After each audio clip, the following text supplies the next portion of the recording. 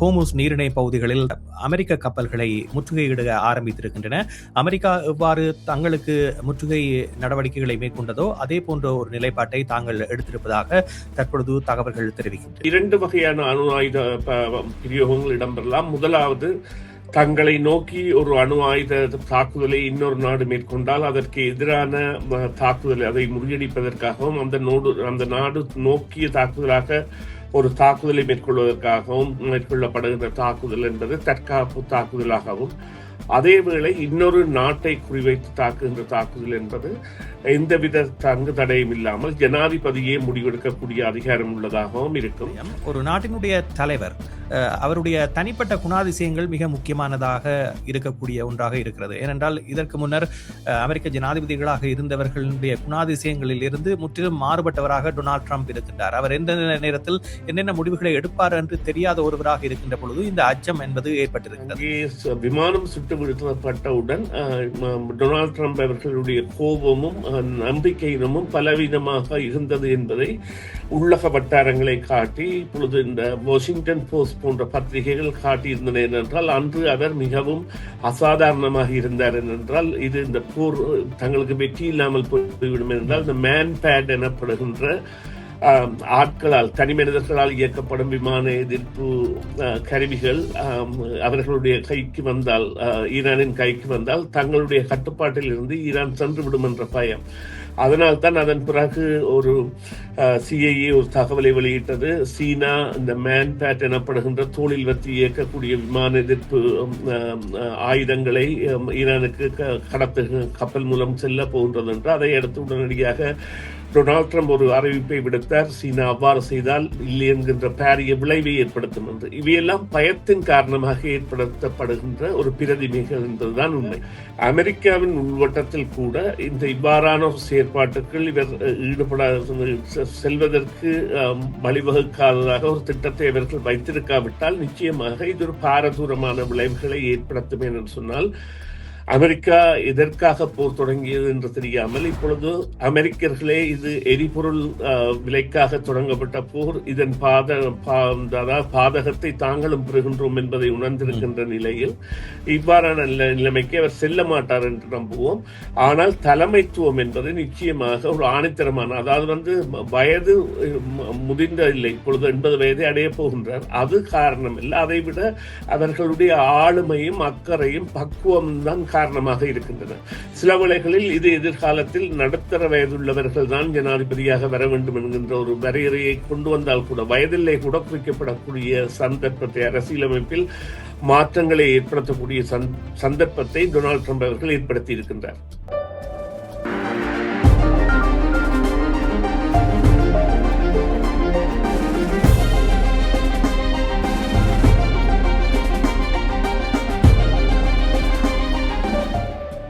உங்கள் அனைவரையும் மீண்டும் செய்தியின் பின்னணி நிகழ்ச்சியில் சந்திப்பதில் மிக மகிழ்ச்சி அடைகின்றோம். சமகால முக்கிய நிலவரம் தொடர்பாக பேசுகின்ற நிகழ்ச்சியில் இன்று மிக முக்கியமான ஒரு விடயம் பற்றி பேச இருக்கின்றோம். தொடர்ந்தும் ஈரான் ஹோமுஸ் நீரிணை பகுதிகளில் அமெரிக்க கப்பல்களை முற்றுகையிட ஆரம்பித்திருக்கின்றன. அமெரிக்கா எவ்வாறு தங்களுக்கு முற்றுகை நடவடிக்கைகளை மேற்கொண்டதோ அதே போன்ற ஒரு நிலைப்பாட்டை தாங்கள் எடுத்திருப்பதாக தற்பொழுது தகவல்கள் தெரிவிக்கின்றன.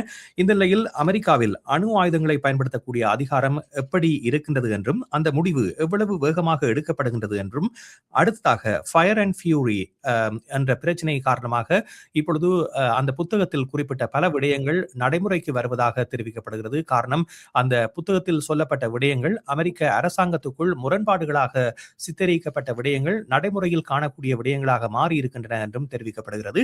இது குறித்து தான் இன்றைய நிகழ்ச்சியில் பேச இருக்கின்றோம். இவ்வாறான முரணான விடயங்கள் என்பது இந்த போர் நிலையை எந்த நிலைக்கு எடுத்துச் செல்ல போகின்றது என்ற விடயம் தொடர்பாக பேச இருக்கின்றோம்.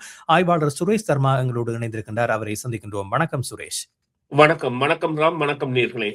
ஆமாம், டொனால்ட் ட்ரம்பின் கையில் இப்பொழுது இந்த அணு ஆயுத ஆற்றலை பயன்படுத்தக்கூடிய அதிகாரம் என்பது இருக்கின்றது. அந்த நடைமுறை என்பது தேவையான ஒன்றாக இருந்தால் அல்லது அதனை தீர்மானிக்கக்கூடிய சக்தியாக ட்ரம்ப் இருக்கின்றாரா, அல்லது மேலதிக அதிகாரிகளோடு தொடர்பு கொண்டுதான் இந்த விடயங்களை அமுல்படுத்த முடியுமா? ஏனென்றால் உலகில் ஒரு அச்ச நிலை காணப்படுகிறது. சில வேளைகளில் அணு ஆயுதத்தை பயன்படுத்தக்கூடும் என்ற தகவல்கள் வெளிவருகின்றன.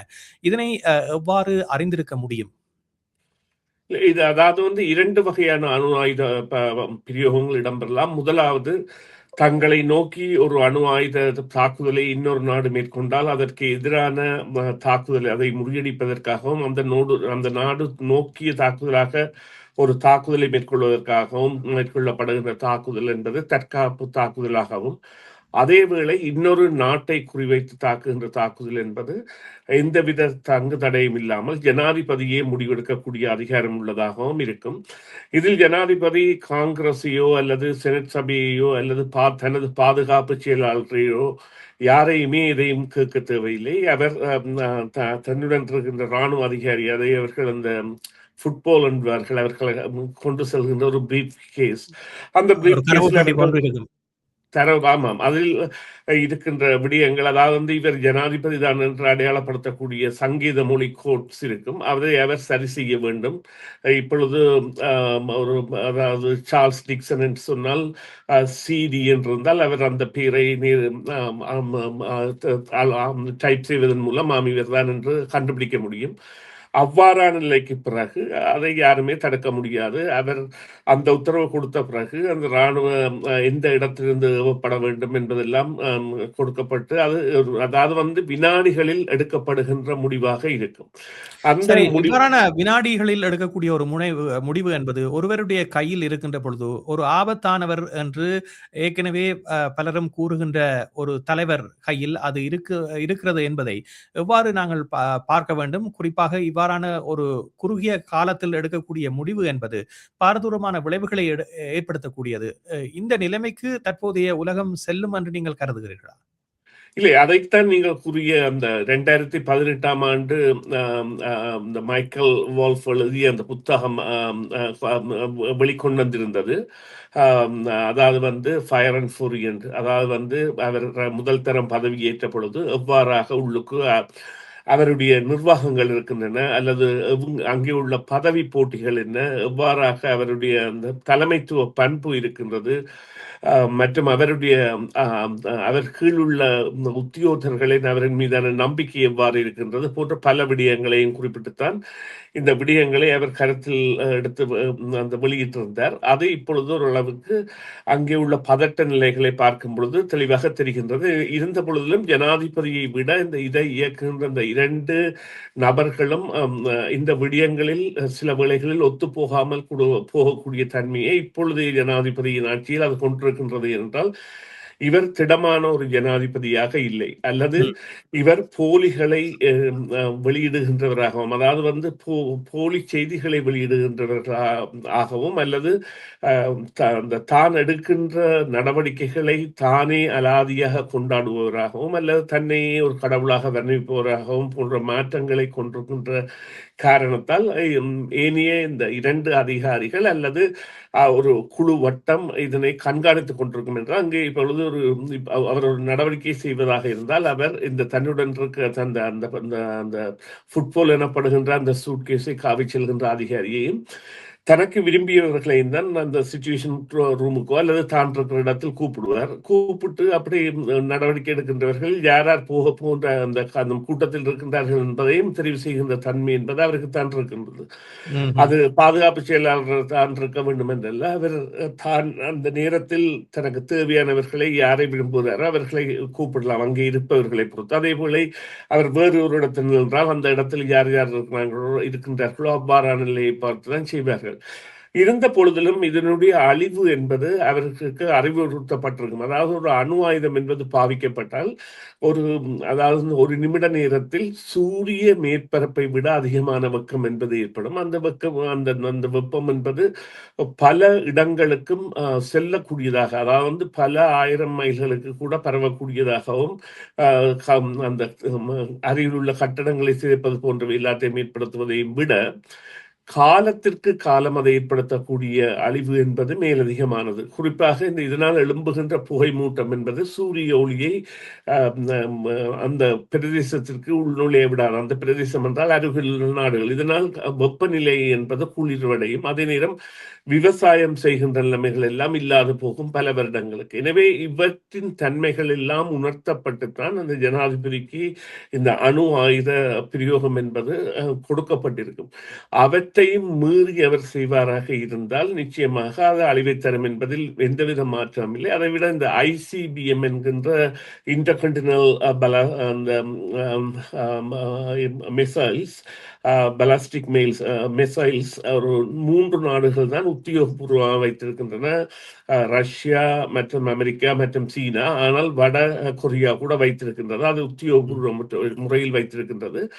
இவர்கள் தான் அந்த கண்டத்திற்கு கண்டம் பிரச்சனையை கொடுக்கக்கூடியவர்களாக இருந்தாலும் இந்த அணு ஆயுதம் என்பது நிச்சயமாக காவி சென்று போடக்கூடிய வகையில் அமெரிக்காவாலும் ரஷ்யாவாலும் வைத்திருக்கப்படுகின்றது. இதுக்காகத்தான் இந்த B2 மற்றும் B52 என்கின்ற விமானங்கள் வைத்திருக்கின்றார்கள். அவை அதி உயரத்தில் இருந்து, அதாவது அந்த விமான எதிர்ப்பு கருவிகளின் பாவனைக்கு எட்டாத உயரத்தில் இருந்து அந்த குண்டுகளை போடக்கூடிய வகையில் அவற்றை வைத்திருக்கின்றார்கள். இருந்த பொழுதிலும் அவ்வாறு இடம்பெறாது என்று நாங்கள் நம்புவதுதான் இப்பொழுதுள்ள ஒரு சாத்தியம். ஆனால் அதற்குரிய தன்மைகளை அவருடைய தளம்பல் நிலை ஏற்படுத்துமா என்கின்ற ஐயம் ஏற்படுகின்றது என்பது முற்றிலும் உண்மை. நீங்கள் கூறிய அல்லது கோடிட்டு காட்டிய ஒரு விடயத்தோடு மிக முக்கியமான ஒரு விடயம், ஒரு நாட்டினுடைய தலைவர் அவருடைய தனிப்பட்ட குணாதிசயங்கள் மிக முக்கியமானதாக இருக்கக்கூடிய ஒன்றாக இருக்கிறது. ஏனென்றால் இதற்கு முன்னர் அமெரிக்க ஜனாதிபதிகளாக இருந்தவர்களுடைய குணாதிசயங்களில் இருந்து முற்றிலும் மாறுபட்டவராக டொனால்ட் ட்ரம்ப் இருக்கின்றார். அவர் எந்த நேரத்தில் என்னென்ன முடிவுகளை எடுப்பார் என்று தெரியாத ஒருவராக இருக்கின்ற பொழுது இந்த அச்சம் என்பது ஏற்பட்டிருக்கிறது. ஒரு தலைவருக்கு இந்த குணாதிசயங்கள் எவ்வாறு இருக்க வேண்டும் என்று நீங்கள் கருதுகிறீர்கள்? இப்படி ஒரு விடயம் வந்ததை அடுத்து ஒரு தலைமைத்துவத்தினுடைய கேள்வியும் இப்பொழுது அதிகரித்து செல்கின்றது. இதற்கு உங்களுடைய பதில் என்னவாக இருக்கும்?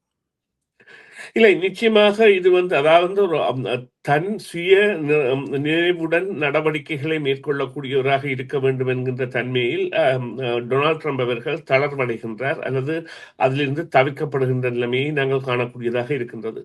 அந்த நிலையில் அங்கே உள்ள அமெரிக்காவில் உள்ள எந்த ஒரு அதிகாரப்பிடமும் இவ்வாறான கட்டளைகள் இருந்தாலும் அவர்கள் தங்களுடைய ஆலோசனைகளையும் அவர்களுடைய ஆலோசனைகளின் பின்தான் இவ்வாறான நடவடிக்கைகளில் ஈடுபடுவார். அவ்வாறான நடவடிக்கையில் ஈடுபடாமல் ஒரு நடவடிக்கையை செய்யக்கூடியவராகத்தான் டொனால்ட் ட்ரம்ப் இருக்கின்றார். இப்பொழுது வேறு எந்த நீங்கள் ஒரு ஜனாதிபதி எடுத்தாலும் அவர்கள் அவ்வாறான ஒரு முடிவுக்கு செல்வதற்கு முதல் தங்களுடைய அனைத்து வட்டங்களுடனும் இது பற்றிய ஒரு கலந்தாலோசனையை மேற்கொண்டு தான் அதனை செய்யக்கூடிய நிலையில் இருப்பார்கள். எனவே இப்பொழுது இந்த ஜனாதிபதிக்கான தேவை எவ்வாறு இருக்கின்றது என்று கூறினால் நிச்சயமாக அதாவது தன்னுடைய ஆளுமையும் அதைவிட தன்னுடைய மற்ற நபர்களின் அக்கறையான ஆலோசனைகளையும் கேட்பவராக இருக்க வேண்டும் என்று சொன்னால் அவ்வாறான பரிந்துரை தான் தேவை. இந்த அணு ஆயுதம் இவ்வாறு கூறலாம். நாங்கள் அணு ஆயுதம் என்பது பல நாடுகளாலும் வைத்திருக்கப்படுகின்ற பொழுதும் இப்பொழுது 9 நாடுகள் உலகத்தில் உத்தியோகபூர்வமாக வைத்திருக்கின்றன, இந்தியா, பாகிஸ்தான் உட்பட.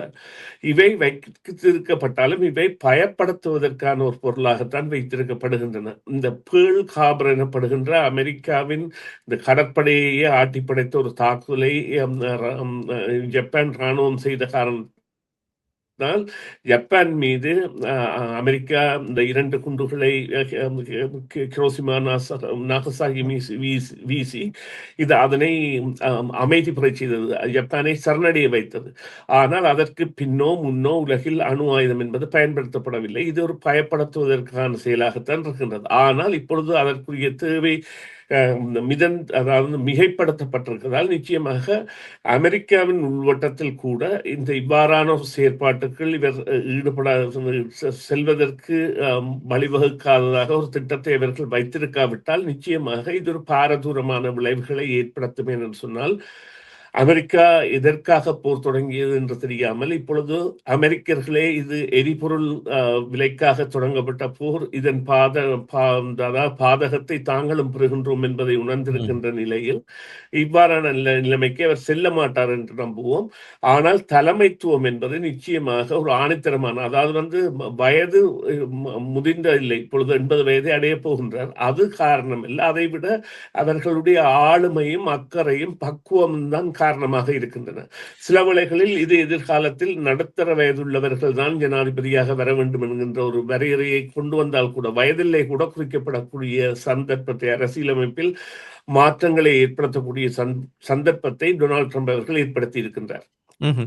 ஏற்கனவே இந்த விமானி ஒருவர் ஈரான் வான்பரப்பில் இருந்து காணாமல் போன விமானத்தில் இருந்து மீட்கப்படுகின்ற பொழுது, குறிப்பாக அமெரிக்க படைத்தளம் தெரிவித்த கருத்து, இதனை தாங்கள் டொனால்ட் ட்ரம்புக்கு தெரியாதபடி அவரை அப்புறப்படுத்தி வைத்துக் கொண்டுதான் மேற்கொண்டதாக குறிப்பிட்டிருக்கின்றார். என்றால் அவர் இருந்தால் முடிவுகள் வேறு மாதிரியாக அமைந்துவிடும் என்ற காரணத்தினால் தெரியாமல் செய்ததாக அண்மையில் ஒரு செய்தி குறிப்பில் குறிப்பிட்டிருந்தார்கள். இவ்வாறு அமெரிக்க அரசியலில் செய்வதற்கு இடம் இருக்கின்றதா? ஏனென்றால் ஒரு இராணுவ தீர்மானத்தை ஜனாதிபதிக்கு தெரியாத ஒரு நிலையில் செய்து முடித்திருக்கின்றதாக அந்த தகவல் தெரிவிக்கின்றது. இவ்வாறான நிலைக்கு ஜனாதிபதி படைவீரர்களை இட்டுச் சென்றிருக்கின்றார். இதனை நீங்கள் எப்படி பார்க்கின்றீர்கள்? இல்லை, அது உண்மைக்கு புறம்பான செய்தியாக இருக்க வேண்டும் என்று சொன்னால், அதில் இவர் ஏற்பட்ட தோல்வியை ஜனாதிபதிக்கு தெரியாமல் ஏற்பட்ட தோல்வியாக மாற்றுவதற்காகத்தான் அவர்கள் அவ்வாறு கூறுகின்றார்கள். விமானிகள் மீட்கப்பட்டார்களா என்றால் ஆம், அவர்கள் மீட்கப்பட்டார்கள். ஆனால் இவர்கள் அதனுடன் இணைந்து செயற்படுத்திய ஒரு திட்டத்தின் பொழுது அதில் பலத்த பாதிப்பை பெற்றார்கள். அதனை டொனால்ட் ட்ரம்ப் அவர்களே தனது செய்தியாளர் மாநாட்டின் பொழுது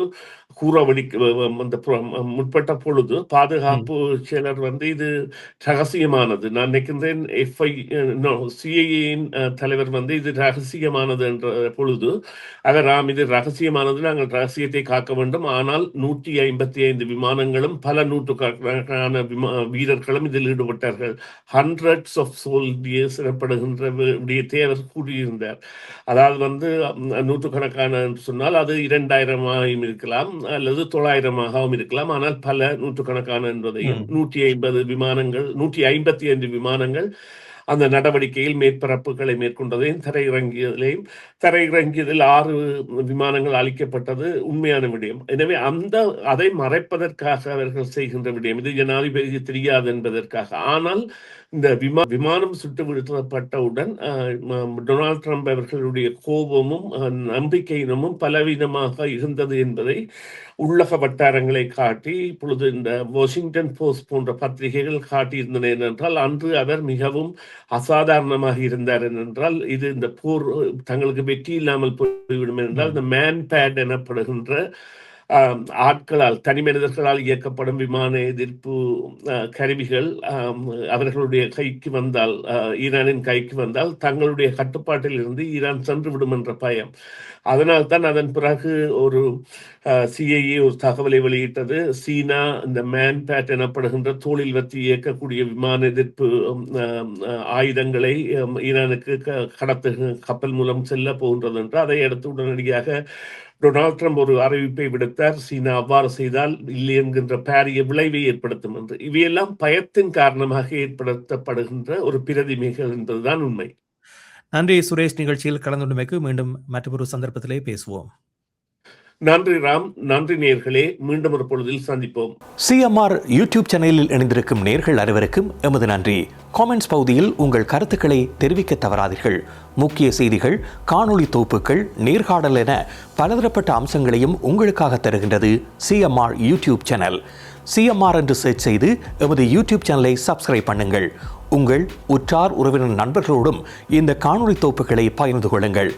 அருகில் இருக்கின்ற முக்கிய காணொளி தொகுப்புகளையும் தவறவிடாமல் பாருங்கள்.